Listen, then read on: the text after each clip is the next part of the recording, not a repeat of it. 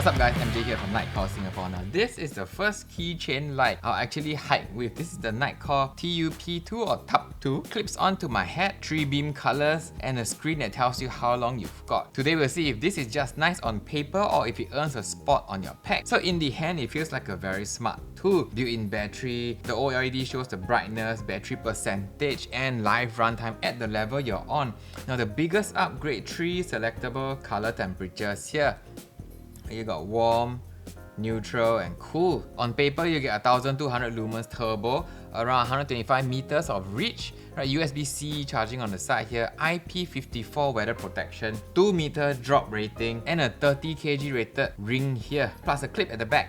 Colors, classic black, cobalt blue and alloy orange. By the way, the cobalt blue looks really amazing. Okay, this is Nitecore's first blue colorway. Now the original TUP was released back in 2018. So what changed in version 2? Think of it as a grown-up TUP. It's USB-C instead of micro USB. It's 1200 lumens instead of 1000 lumens. Improved 2 meter drop rating from the 1.5 and the big jump, you get to pick the right color temperature. The controls are the same 2-button logic. You recognize this from Nitecore's keychain line. Now 2 buttons you won't forget, power on and off at the bottom here and then mode cycles on the top. Hold for instant turbo and when the power is off, hold the power button for instant 1 lumen night friendly start. Right, you can also pre-select a level before you turn it on so you don't blast your eyes. So you can press the mode button, you see 300, 1, 15, 80. Once you get the one you want, press the power and it turns on.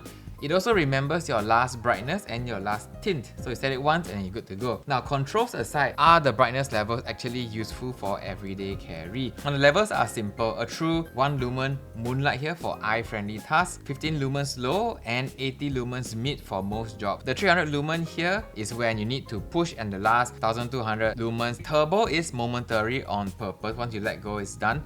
You hit it, scan, right, let go and it drops back down to whatever setting it was previously. So day to day I find myself using the mid to high modes. It's bright enough to work without building up too much heat. Now brightness is only half the story. Light quality matters and when do you know when to use which color tint? So here's the rule I use and why it works. So if you're indoors and doing close-up work, go for a warm beam here, 3000 Kelvin. It's easier on the eyes and it shows textures better. Why? Because warm light has less short wavelength blue, so you get less glare on glossy and wet surfaces. Use it for labels, wiring, drawers, car interiors. If you're doing everyday stuff, then switch over to the neutral beam here.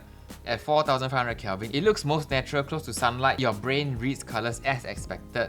Now why? Because it's a balanced spectrum that keeps color accuracy and comfort without feeling yellowish or harsh. You can use it for walking, house, garage check, bag searches. It's great. Now if you need to see far or read reflective signs, use the cool beam here, 6500 Kelvin. Now cool beam often pops road signs, house numbers, high vis tape at a distance. Why? Because at night we're a little more sensitive to shorter wavelengths, so cool beams like this can look punchier further down range, but it scatters more in haze and fog. So if you run into that, drop it back down to neutral or warm beam like this. So recap, pick the right beam color for the scene, then brightness for the job. Now in terms of beam shape, it is a useful flat, smooth, hotspot, generous spill. No ugly rings on white walls. On the burst, you can ID things well down the path, but it's not pencil beam kind of searchlight. This is the best type of beam for a pocket light that lives at arm's length. Now let's talk runtime. The OLED here is a cheat code. It shows live runtime at the level you're using, so you can plan instead of guessing. Ultra low here runs for 190 hours. Low is a full day at 30 hours. Middle here will cover an evening around 7 hours and high mode gives you a solid 2 hours.